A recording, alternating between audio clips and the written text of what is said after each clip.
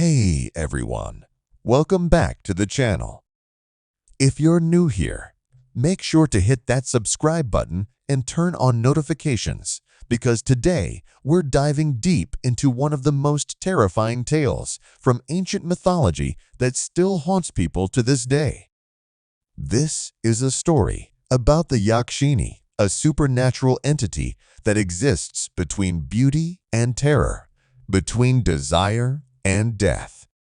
So dim the lights, get comfortable, and let me take you on a journey into darkness.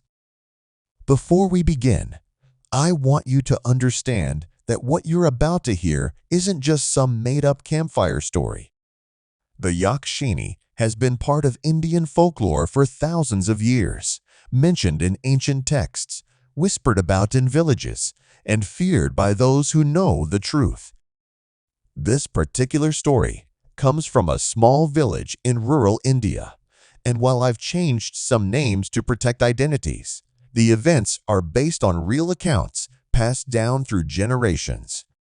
Our story begins in the year 1973 in a village called Dharampur, nestled in the dense forests of Madhya Pradesh. The village was small, barely 200 families, and life there moved at the pace of the seasons. People worked the fields during the day, gathered at the village square in the evenings, and by nightfall, everyone was safely inside their homes. There was an unspoken rule in Dharampur that nobody, and I mean absolutely nobody, ventured outside after the temple bells rang at 9 in the evening. The protagonist of our story is a young man named Vikram. He was 22 years old, freshly graduated from a college in the nearby city, and had returned to his ancestral village to help his aging father manage their farm. Vikram was different from the other villagers. He was educated, rational, and openly mocked what he called their superstitious beliefs. When the elders warned him about staying indoors after dark, he would laugh and call them backward. When they told him about the Yakshini that haunted the old banyan tree at the edge of the forest, he dismissed it as fantasy designed to keep children obedient. Vikram's father, Ramesh, was a respected man in the village. He had seen things in his youth that had turned his hair white before his 40th birthday. He begged his son to respect the old ways, to at least pretend to believe, if only for his own safety. But Vikram was stubborn. He thought his education had made him superior to these simple villagers and their primitive fears. The trouble started on a hot summer night in June. Vikram had been drinking with some friends from the city who had come to visit. They sat on his rooftop, passing around a bottle of whiskey, laughing loudly into the night. It was well past midnight when his friends finally left. Vikram, emboldened by alcohol and the desire to prove his fearlessness, decided to take a walk. His father was asleep, and the village was silent as a graveyard. He walked through the empty streets, his footsteps echoing off the mud walls of the houses. The moon was full that night, casting everything in a silvery glow that made the familiar look strange and otherworldly. Vikram made his way toward the edge of the village, toward the old banyan tree that everyone feared. He wanted to prove once and for all that there was nothing to be afraid of, that the Yakshini was nothing but a fairy tale. The banyan tree was massive, its roots spreading out like the fingers of a giant hand, its branches creating a canopy so thick that even the moonlight couldn't penetrate it completely.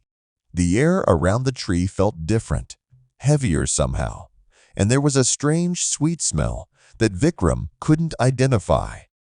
For the first time that night, he felt a flicker of doubt, but his pride pushed him forward. He stood beneath the tree and called out loudly, his voice slurred from the alcohol. Come out, wherever you are. Show yourself, Yakshini. Let's see if you're as beautiful as they say." He laughed at his own bravado, the sound harsh and unnatural in the profound silence that surrounded the tree. Nothing happened. Vikram waited for a few minutes, feeling foolish, and was about to turn back when he heard it. A sound like anklets, tiny bells chiming in the darkness. The sound was coming from above him, from within the branches of the tree. He looked up, but could see nothing in the shadows. The sound grew louder, closer, and then he saw her. She descended from the tree like mist taking form, her feet not quite touching the ground. Vikram's breath caught in his throat because she was the most beautiful woman he had ever seen. Her skin glowed with an ethereal luminescence.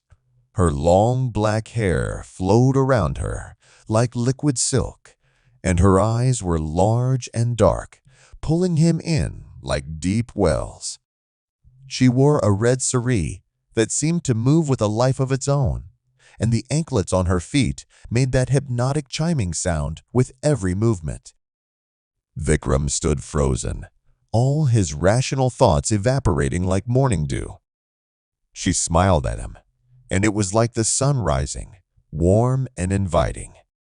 Her lips moved, and her voice was like honey, sweet and thick. "You called for me," she said. "So few these days have the courage to seek me out. Most hide in their homes like frightened rabbits.